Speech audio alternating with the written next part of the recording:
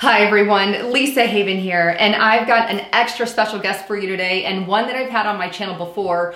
He is an author, conference speaker, conference organizer. He's actually organizing the Red Pill Expo. He's done that before, but an amazing conference where you're gonna hear all kinds of government corruption exposed on every single level. I'm even thinking about going to this event, so it should be good, but it's the Red Pill Expo or the Red Pill? redpillexpo.org. Perfect. And there's going to be information below for you guys to check out the conference, who's speaking, lots of great people.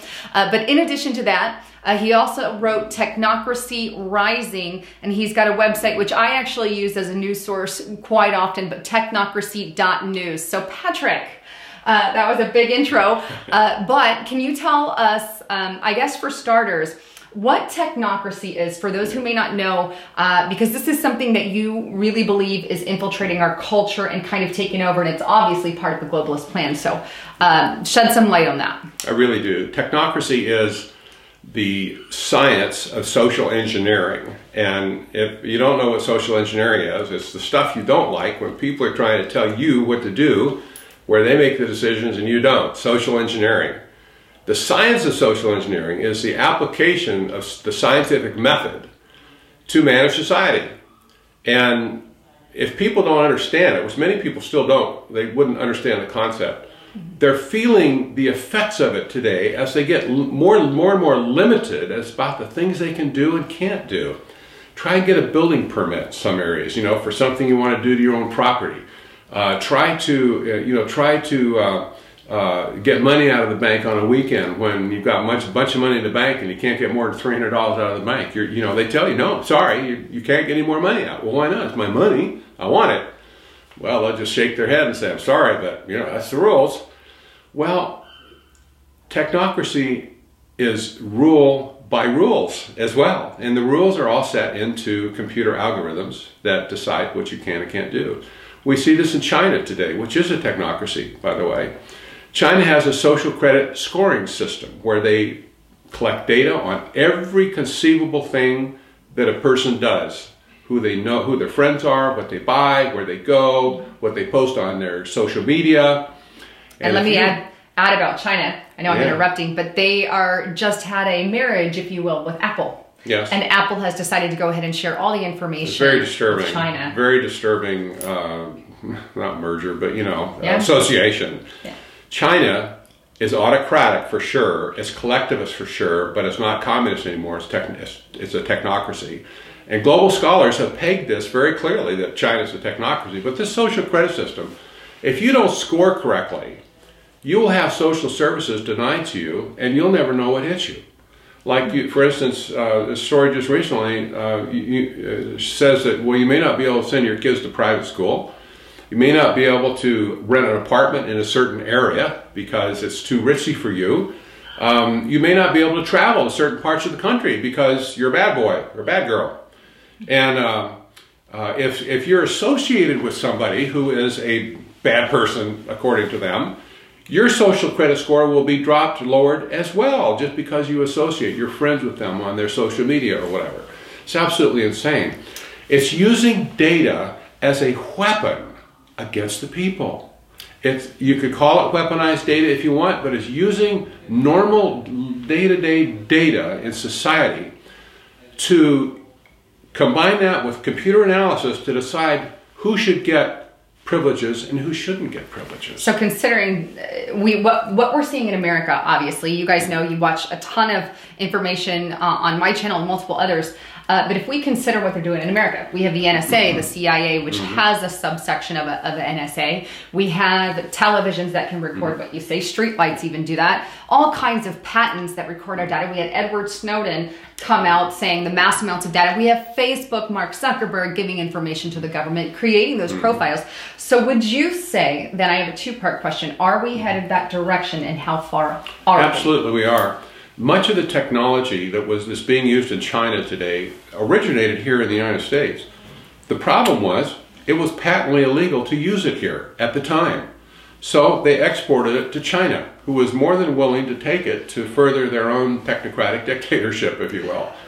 Now that they've perfected it in China, guess what's happening? It's coming back here. and it's going to be re-imported back to America. You already see bits and pieces of this already. For instance, many cities have adopted pre-crime analysis systems. What is it? Pre-crime. Yeah, I know. It's no, like, not the Matrix, but what's the other one? Yeah. I'm blanking on the name of the movie. There was the whole pre-crime with it was Tom Cruise. Yeah. But, you know, pre-crime analysis is predicting where crime is going to happen based, you know, using artificial intelligence and stuff like this. And it's basically just predicting the future is what it is, but it's nonsensical. But we see this stuff coming back here. So if some program decides that Lisa Haven is about to create a crime somewhere, they're going to show up at your door before you do it and prevent you from doing it, they say, which is insane too. But I mean, this is the mentality of the technocrat mind. It's crazy. So this technology is coming back here. You see cameras popping up everywhere now, ad infinitum. They're everywhere. And you see the onslaught now of 5G technology for cell phone, you know, using mostly for cell phones, but it's going to be used for a myriad of other things to connect the so-called Internet of Things together in real time.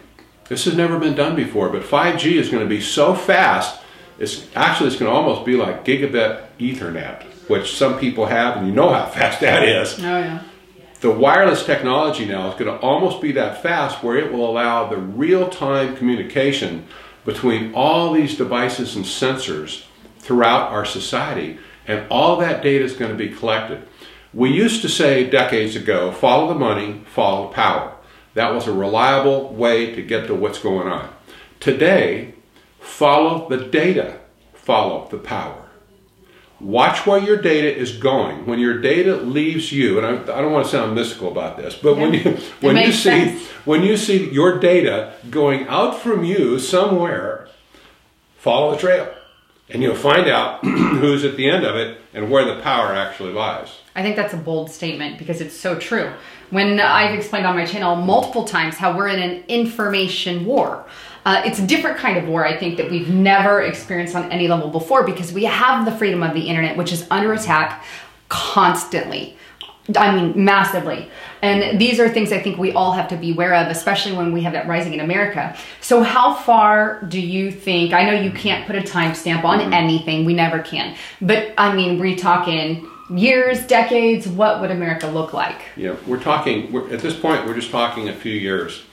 The only thing left to really energize the Internet of Things to make this happen is the implementation of 5G communication technology. And that's already being done around the world, pilot studies and stuff. And that's just a higher, more better...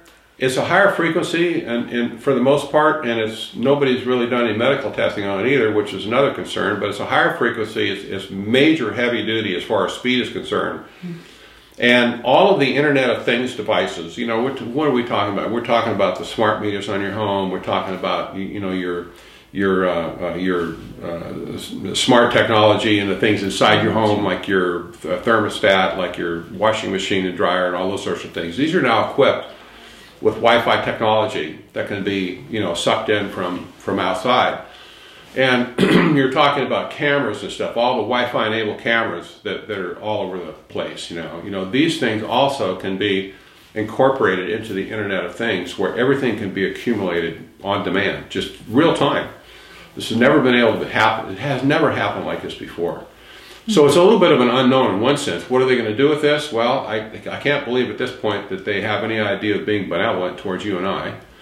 But in China, if China's an example, China is using this technology right now to completely suppress their citizens.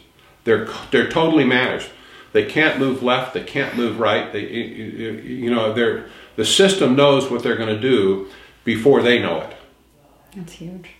And I think here's one of the other things. We had a little bit of a conversation off the record before we get in, but he writes a book, Technocracy Rising. Great book. But there was also a counter to that was written just this year. Now, you wrote your book when? I wrote my book in right at the end of 2015. 2015. Yeah. And there's a new one that came out that actually pushes exactly what he's been talking about since the beginning of this video, about the technocracy principles. We'll show it on the camera. I'm back. Technocracy in America. This one was written this year, you said? This was written early last year. Early last year. Mm-hmm. Now this guy is, I'll let you tell him, but basically this book pushes what we don't want, which is technocracy in America. So this is a globalist pushing globalist principles, and he was named one of the, well, I'll let you say. Yeah, this Dr. Parag Khanna is one of the leading global scholars in the world. He's down in Singapore, based in at the U School for Public Policy in Singapore. And he's young, he's articulate, he's a handsome young guy, I have to say too. But the global elite absolutely love this guy. They listen to everything he says. They read all of his books. He's written several already that are highly celebrated.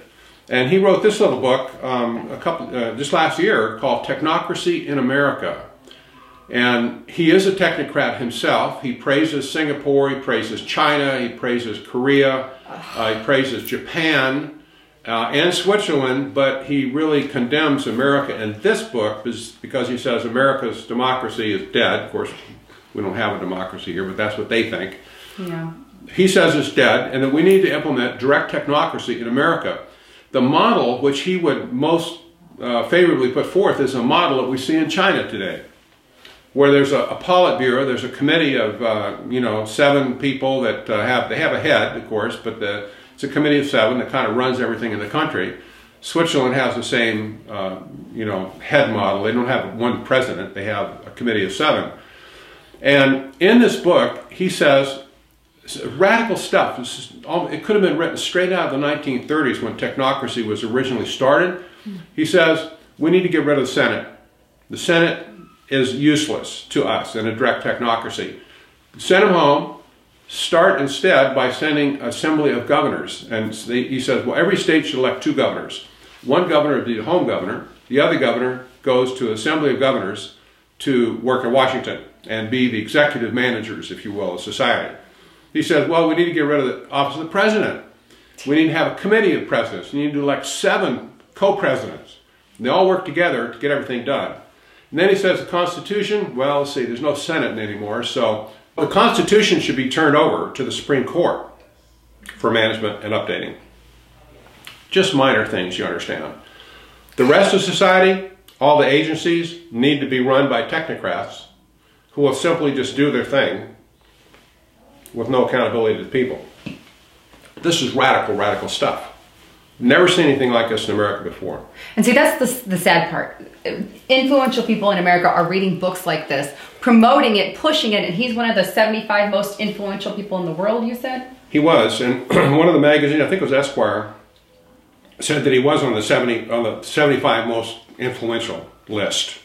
Like, wow, there you go. I would put him straight dead at the bottom, because this kind of style is, I mean, this is very bad news, especially when we have powerful people like that, reading books like that, pushing those agendas. Again, which is why I am such a big supporter of let's get the truth out. Let's find what's really going on. Supporting people such as yourself and doing these interviews and getting the information out. And it's critical that you do that as well. So with that, do you have any closing thoughts that you want to share? And then we'll share some of the website and information again after that. But any closing thoughts that you want to say that you think they need to know? Well, I have some closing thoughts. Number one, people need to get educated and they get informed. You cannot fight an enemy you don't know. And we do have an enemy. They're not at the lowest level in one sense. If you're looking too low, you'll never see them. If you look at the political battles, you're never going to see them either, because people fighting over Democrat, Republican, conservative, liberal. What these technocrats are doing is way above that. They don't care who's in power. They use both sides with equal ease of use, so to speak. But what people need to do,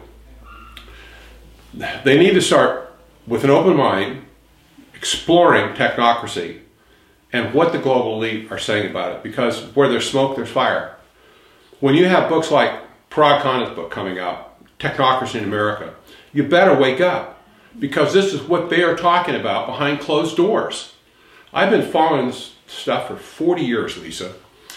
We wrote about the Trilateral Commission way back in the 1970s, and what they were doing behind closed doors, we found out because they wrote very prolifically all what they're talking about.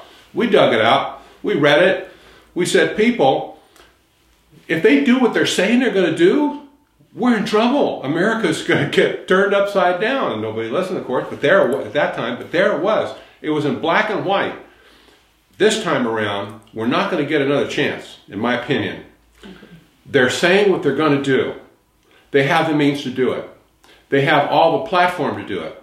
And they're proceeding to do it. It's all around us. And I bet everybody watching this video has something that they can feel the manacle closing in around their neck on some kind of limitation where they're being told, no, you can't do that. Or if you move this way, no, you can't do that. Everybody's starting to feel pain. It's time to wake up and address, where is this coming from? Who is doing this to us? And once you find out, once you see the picture, you can't unsee it, but when you find out who they are, it's not that difficult then to confront them, because these people have never been confronted. They've just been able to coast along like a submarine, right, under the water. Occasionally a periscope comes up and, you know, well, there they are over there. But they've just been cruising along under the water, doing their stuff like, you know, with no resistance whatsoever. And I would suggest when they are confronted, they don't hold up very well at all. They're not used to it. They have no answers. And when you hit them with logic and truth and just the will of the American people, they start to sweat. And we need to make them sweat. It's just that simple. That's true. Yeah. And I couldn't agree more. And the thing is, we need to understand that even though these bubbles might feel like we've heard it before, we all know what's going on, and we live in a desensitized kind of, yeah. You had brought that up earlier. We can't be desensitized to Trilateral Commission or the UN or Agenda 21, these policies. We have to now understand that they are something and take a stand against it in our schools, in the voting box, at home, passing out information, right. Sharing videos, the Red Pill Expo. Yeah. Get involved in these kinds of things. Bring people to events like that, because this is the way that we have to stand in the gap to win the generation, or we're going to be headed for far, far worse, unfortunately. So with that, Pat, do you want to share your book, your website, more information Sure. on the Red Pill Expo, the date and location as well? You can find my website at technocracy.news, and I've abandoned everything else I've been doing over the years, rolled it all into technocracy.news, because I feel that is the most important thing at this point, to get out to people. And you can find my book there as well, but it's also on Amazon. And if you go to Amazon, you'll find 127 five-star reviews that you might want to read through and find out why my book has, over the last 2.5 years, received 5-star rating on Amazon.com. I suppose that makes them grind their teeth. But the name, and Patrick Wood is the author, obviously. That's right. The name is Technocracy Rising, the Trojan Horse of Global Transformation. And I am the author, of course, Patrick Wood. And so you can get it on my website. I love to send out an autographed copy if anybody buys it from me directly. You can't do that with Amazon, because they print them and they set them out. You get quick delivery, though, from Amazon. But the only way you can really understand it, I'm afraid, is to read the book. And at this point, technocracy.news, I'm sad to say this, it's the only website on the internet, the only one in the entire world, that is dedicated to a critique of technocracy. Can you believe that? That's a good one. Sometimes I wake up and I think, maybe I'm crazy. You know, maybe it's just crazy doing this. There's nobody else. There's no competition at all. But you would think by this time I would have hundreds of thousands of visitors a day. But guess what? It ain't there yet. But I'm not going to quit. This is so important. People sooner or later are going to wake up to it and they're going to go, where can I get information? And I'm just going to hold a flag up, because over here. It's over here. Technocracy.news. Absolutely. And then if anybody wants to check out the Red Pill Expo, the location and date on that as well. redpillexpo.org is going to be held in Spokane, Washington this year, June 21, 2, and 3. It's going to be amazing again. We've got a group of about 20 speakers across 2 days. It's jam-packed. Some of the best top people in the world in their given area. We're going to have Larry Pratt come and talk to us about gun rights and what's going on in Washington with gun rights these days. We have Tom DeWeese coming from American Policy Center to address us on Agenda 21 and property rights issues and stuff. He's a world-renowned expert on that. We've got other people of that caliber coming to address their specific topic. We've got a lady by the name of Twyla Braze coming from the National Health, I want to say National Health Freedom, but she's written a book called Big Brother in the Exam Room. And she understands technocracy. Healthcare is falling into the hands of these people. Well, what we're trying to do is bring together a diverse group of people to hit the nail on the head where people want information like, what's wrong with this area in the world? What's wrong with this area? We've got a guy coming, Dr. Duke Pesta, to talk about education and Common Core and how that has transformed the education system. And this guy is a world-renowned speaker and author. He's a professor emeritus at University of Wisconsin, I believe. It's such a lineup, amazing lineup of people coming to speak to us. There's nothing like it in anywhere in our country, that, and except for the one we did last year. Absolutely nothing like this in the last 20 years. Awesome. So make sure you guys check all that out. I'm going to have it below. Again, that was in Spokane, Washington. You said June 21 to 23. 21 to 23. And by the way, if you cannot come, if you say, oh, you look at the price and you think, oh, I don't know if I can do that, we're going to live stream the whole thing. We're going to have a news center set up where we will provide commentary between the speakers even. It's going to be nonstop coverage from probably about 7 in the morning to 7 at night. You're going to get 24 hours of programming if you sign up for the live stream ticket. And I'm encouraging people, get a house party started. You know, make like it's Christmas, have an open house, get out the snacks, get out the 4th of July stuff a little early. Invite your friends over to come and get, pick up on some of the speakers that we're having. Stay for an hour, 2 or 3, maybe a whole afternoon if you want, and get educated for peace sake. It's a wonderful opportunity. Perfect. Love it. Well, thank you guys again for tuning into my channel here. All the information is below in the description box there, so make sure you check out all of that. And thanks again for tuning in. I'm Lisa Haven, and that was Patrick Wood signing out.